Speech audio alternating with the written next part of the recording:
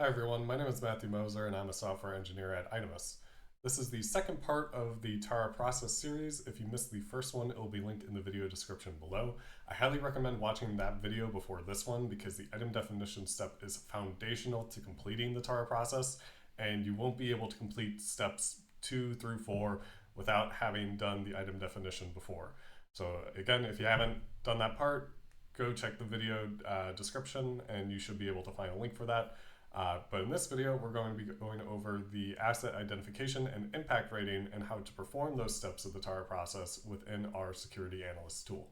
So now that we've completed our item definition, we now need to identify what facets of this definition need to be tied to security properties, and then what the impact would be should those properties be compromised. The most optimal way to achieve this within Security Analyst would be to use one of the built-in assistants. Under the assistant folder for our project, we can see that there are 4 different options presented to us. I'll go ahead and open those. What we're going to be using is the asset identification assistant. So I'll double click that real quick. Let me get rid of this message here. And by selecting refresh, we can see that all of our data and components are being considered from our item definition and being tied to the CIA triad. This is the typical security properties used within ISO 21434. So these are the ones that we're going to be considering. If you were looking to customize which properties would be considered, that is something that you can do within the tool, but for now we're going to stick to our currently existing ones just for the sake of simplicity and because it'll be a little bit easier to understand this way. Within this assistant, we're giving a accept or reject paradigm for everything involving our item definition.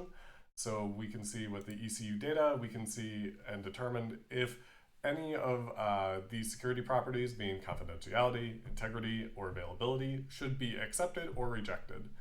It's a very simple checklist approach. We can go through and either accept or reject. When we reject, we're given a space to provide rationale for a rejection. If I could spell.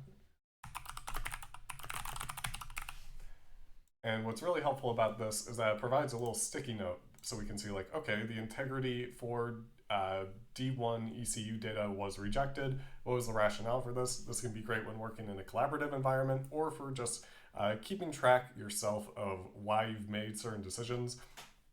This is especially helpful for after maybe a long weekend.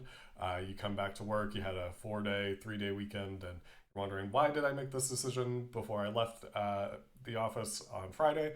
You're able to then actually realize, okay, there was a spot here. I was able to actually document why I was making certain choices. When we accept a particular security property, so in this instance, I accepted availability for the ECU data, it goes ahead and creates a corresponding damage scenario. By holding control and left clicking, it takes me over to the damage scenario security chunk, and I'm able to start seeing the damage scenario that's been created here.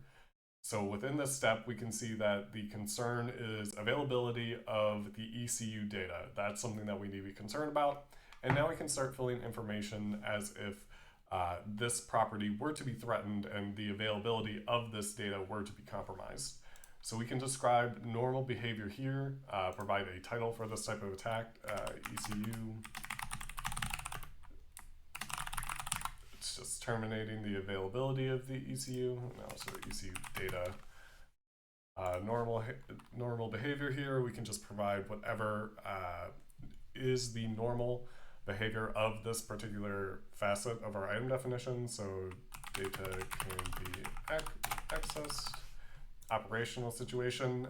This allows us to define when in the product's usage we're looking for actually like honing in and understanding when this attack would occur and when it would be bad. So for instance, if we're talking about an autonomous vehicle, you could say that the operational situation would be on startup, during driving, on shutdown, on call for using like a lock mechanism. If the operational situation is, okay, we call the lock mechanism and then it suddenly doesn't work, that might be the operational situation. It's going to very much so depend on what specifically it is you're trying to describe within your damage scenario, and it's entirely up to the person that's doing this. For this one, I'm going to just say we're going to be driving. That's the situation.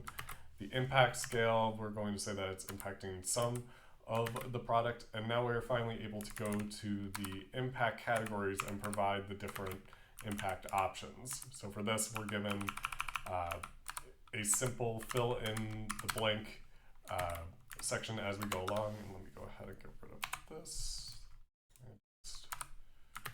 We can add our different impact categories here.